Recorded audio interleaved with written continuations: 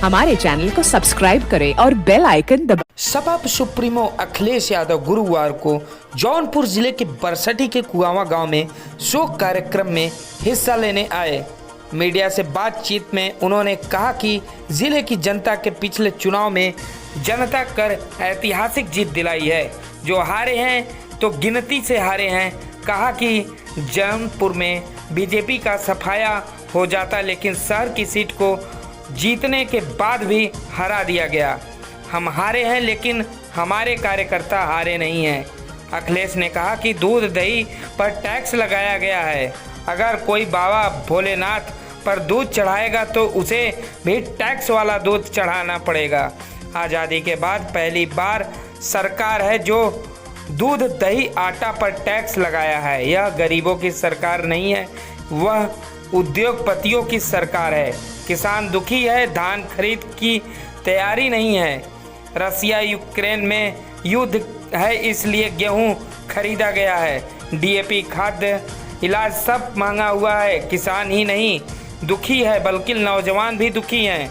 22 करोड़ लोगों ने फार्म भरे हैं, लेकिन नौकरी 7 लाख को मिली है। उन्होंने कहा कि इस चुनाव में जो कमी है उसे लोकसभा में पूरा किया जाएगा और नौजवान का सपना है वह देश के लिए कुर्बान हो जाएं, लेकिन सरकार उन्हें मौका नहीं दे रही है। हमारे देश को सुरक्षा चाहिए, इसलिए परमानेंट नौकरी की व्यवस्था होनी चाहिए। उन्होंने कहा कि यूज योजना का विरोध करने में जो जेल गए हैं उसकी बात सदन में उठाएंगे और फर्जी मुकदमा को वापस लेने की बात उठाया जाएगा।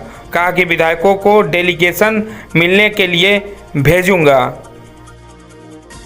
कर्मानंद यादव समाजवादी पार्टी के नेता के घर शोक कार्यक्रम में हिस्सा लेने पहुंचे थे, जहां कर्मानंद यादव ने जोरदार माला पहनाकर किया स्वागत। इस कार्यक्रम में मौजूद रहे पूर्व विधायक सुषमा पटेल, मछलीशहर विधायक रागिनी सोनकर, श्रद्धा यादव, पूर्व विधायक रणवीर पटेल, लालजी पटेल, दिनेश पाल, प्रेम शंकर, सुरेंद्र यादव सहित तमाम लोग मौजूद रहे।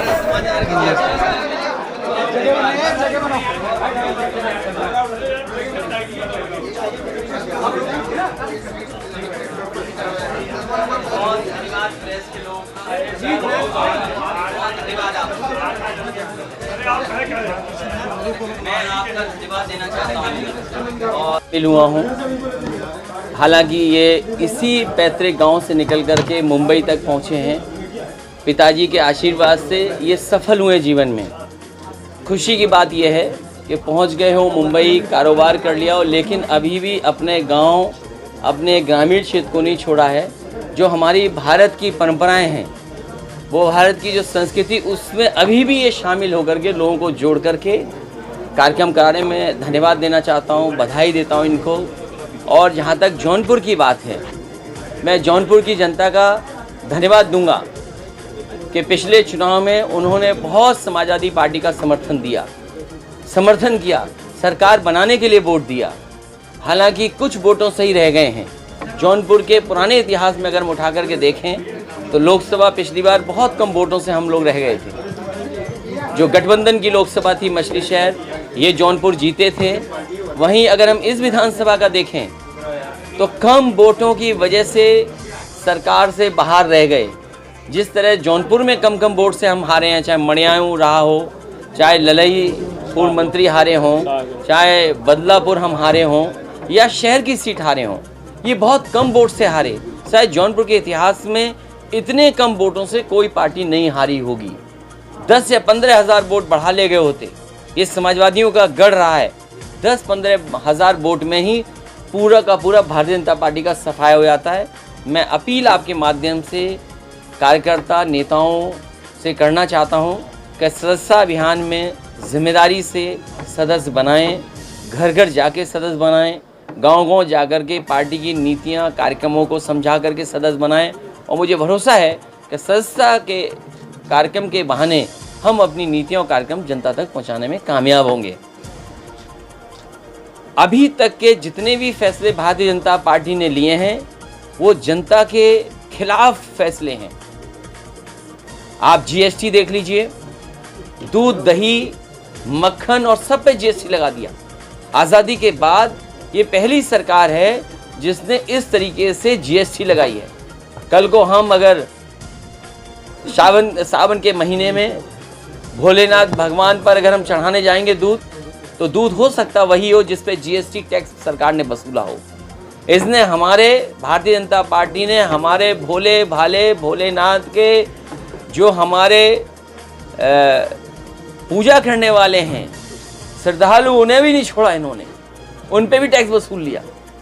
और इतना भ्रष्टाचार की कल्पना नहीं कर सकते थे जितना सरकार में हो रहा है। सरकार को एसआईटी बनानी पड़ी ट्रांसफ़र पोस्टिंग में, जब पीडब्ल्यूडी के ट्रांसफ़र पोस्टिंग में ओएसडी हटाना पड़ा इन्हें। डिप्टी सीएम को चिट्ठी लिखनी पड़ी कि अधिकारी उनकी नहीं सुन रहे, गलत ट्रांसफ़र हो गए। अभी शिक्षा विभाग पे भी उंगली उठी है। नमामि गंगे और जो पानी को लेकर के, गंगा सफाई को लेकर के मंत्री ने सरकार पर प्रेशर लगा दिया। शायद ये पहली सरकार होगी जहां विपक्ष ने नहीं उठाए सवाल, इनकी सरकार के अंदर सवाल उठ रहे हैं। तो सोचिए, जो ट्रांसफर पोस्टिंग में पैसा ले लें, वो विभाग का जब काम होगा तो कितना भ्रष्टाचार होगा उसमें। और फिर अग्निवीर जैसी योजना लाना, अग्निपथ कार्यक्रम बना करके, और ये बीजेपी के लोग वही हैं जो थकते नहीं है ये कह करके भारत माता की जय हो, भारत माता की जय हो। और सोचो नौकरी कैसी आधी अधूरी। जो नौजवान सपना देखता है वर्दी पहनने का, जो नौजवान सपना देखता है कि हम सीमा की रक्षा करेंगे, उस नौजवान को आप आधी अधूरी नौकरी दे रहे हो। और अब तो वो आंकड़े बाहर आ गए हैं, 22 करोड़ लोगों ने फॉर्म भरा और मात्र 7 लाख लोगों को नौकरी मिली। इससे ज़्यादा खराब बात और क्या हो सकती है सरकार को? इससे ज़्यादा नौजवानों को धोखा क्या सरकार दे सकती है? और फिर वहीं सरकार कुछ लोगों के साथ ऐसा खड़ी है जैसे कल्पना नहीं कर सकते आप। दुनिया के चौथे नंबर पे पहुंच जाए उद्योगपति, और हमारा गरीब और किसान अभी भी देख रहा हो उसकी तरफ। किसान को सुविधा नहीं, डीएपी महंगी, खाद महंगी, सिंचाई महंगी, आपका बिजली का बिल महंगा, इलाज महंगा, पढ़ाई महंगी, और उद्योगपति को बैंक से लोन का लोन, और दुनिया के चौथे नंबर पर पहुंचा दिया। ये सरकार गरीबों की नहीं, उद्योगपतियों के साथ खड़ी है। 24 की तैयारी कैसे करेंगे? 24 की हमारी तैयारी लगातार चलती रहेगी।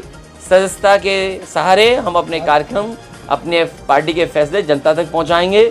और किस तरीके से नोटबंदी फेल हुई, जीएसटी फेल हुआ, अग्निवीर गलत योजना है, और केवल उद्योगपतियों के सहारे ये सरकार आगे बढ़ना चाहती है।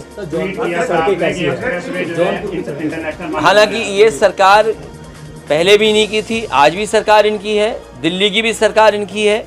इनको तो सड़कें अच्छी बना देनी चाहिए, लेकिन सड़कों के इंजीनियर से ही जब पैसा ले लेंगे, जब सड़क बनाने वाले इंजीनियरों से ही पैसा ले लेंगे, तो क्या उम्मीद करोगे आप सड़क कैसी बनेगी? और फिर हाल ही में आपने बुंदेलखंड एक्सप्रेसवे को देखा होगा आपने, प्रदेश की सबसे बड़ी योजना, सबसे ज़्यादा बजट खर्च हुआ हो, देश के प्रधानमंत्री उद्घाटन में आए हों, और एक बारिश में बताओ गड्ढे हो गए हों, गाड़ियां पलट रही हों, गाड़ियां गड्ढे में घुस जा रही हों, जिन लोगों की जान जा रही, जिनको इलाज करना पड़ रहा है, वो अपने पैसे से इलाज कराएं। सड़क टैक्स से बन रही है, उन्हीं के पैसे से सड़क बन रही है, और बाद में एक्सीडेंट हो जाए तो अपने ही पैसे से इलाज कराओ।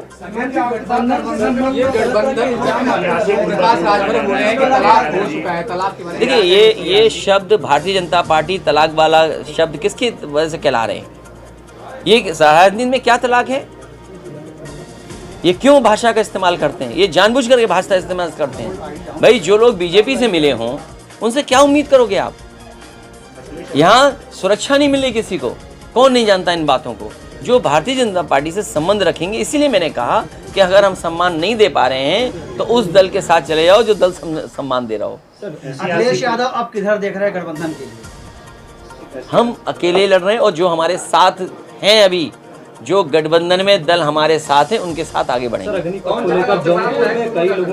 वो निर्दोष नौजवानों को जेल भेजा है, और चिन्हित कर करके जेल भेजा है। यादव हैं तो जेल भेज दिया। सुनने में आ रहा है कि वहाँ के पूर्व प्रधान, उन्हें जेल भेज दिया। कोई 100 किलो का है, उन्हें भेज दिया। जो आंदोलन में नहीं थे और चिन्हित कर करके कि समाजवादी पार्टी के कौन लोग हैं।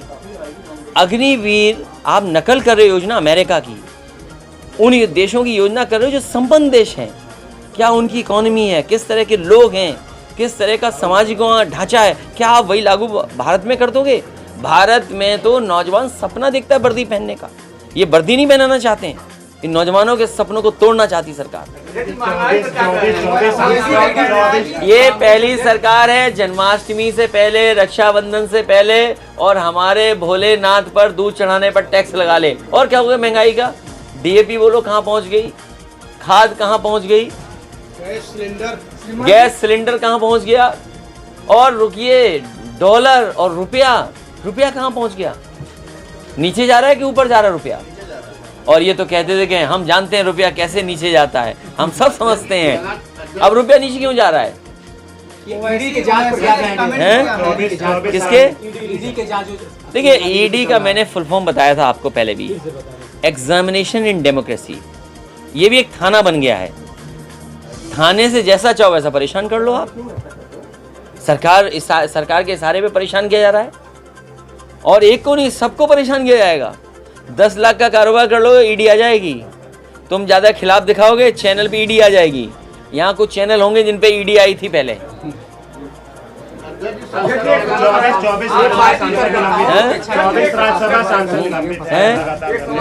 क्या चीज़? नहीं, ये सरकार को बहस करानी चाहिए। जो सदन में मुद्दे हैं, अगर सदन में सदस्य चाहते हैं बहस हो इन मुद्दों पे, तो सरकार पीछे क्यों हट रही है? उन मुद्दों पे बहस करे, महंगाई पे बहस करे, जीएसटी पे बहस करे, ईडी का दुरुपयोग पे बहस करे। सरकार क्यों पीछे हट रही है? मॉडल स्कूल को लेकर के वो सपना ठंडे बस्ते में चला गया, इस पर आप क्या कहेंगे? समाजवादी लोगों ने बहुत अच्छे काम किए, और जब हमें मौका जनता देगी तो फिर उन सपनों को पूरा किया जाएगा।